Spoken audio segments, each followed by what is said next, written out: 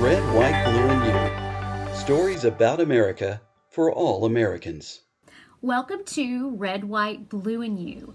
I'm your host, author, and historian Jane Hampton Cook. In today's episode, I wanted to ask a question. How did our nation's founders define diversity?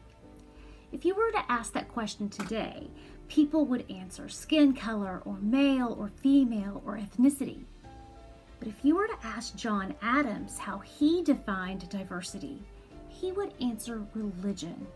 The founders believed that there were a great variety of religious denominations.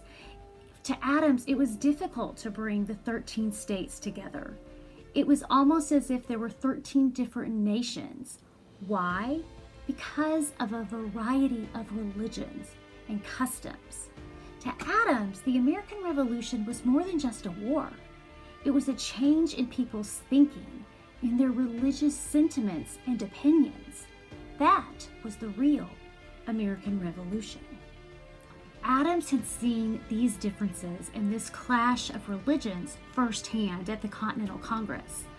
When they hit a rough patch, they thought, maybe we should bring in a minister to lead us in prayer to help us resolve our differences.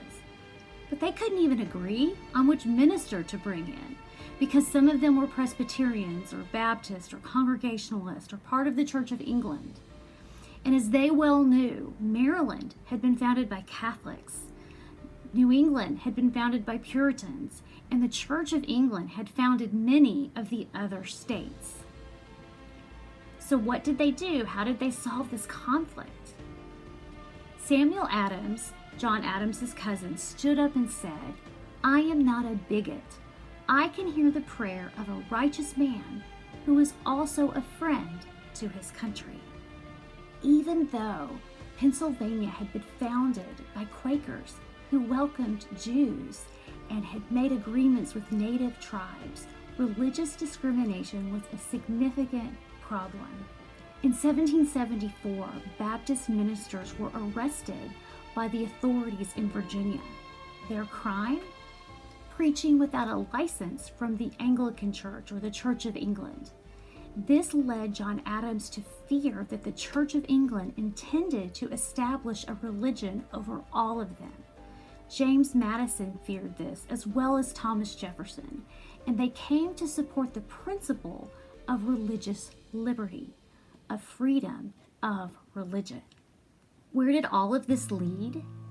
To the Bill of Rights in the U.S. Constitution, the First Amendment that upholds the beautiful principle in belief in freedom of worship, freedom of religion, that there not be an establishment of religion.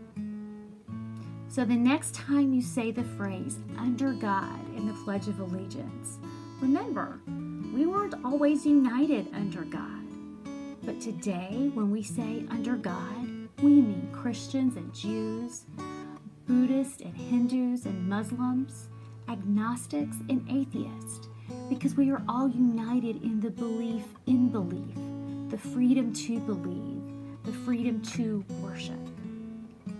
And that applies to us today, regardless of our skin color, whether we're male or female, or our ethnicity.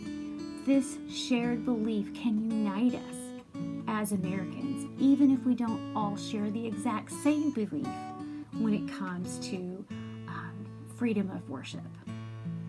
So thanks for watching Red, White, Blue, and You. Check out the other videos in this series and go to Amazon.com to buy some of my books, including Stories of Faith and Courage from the Revolutionary War, where I talk a little bit more about John Adams and his views on a variety of religions. Thanks for watching. See you next time on Red, White, Blue, and You.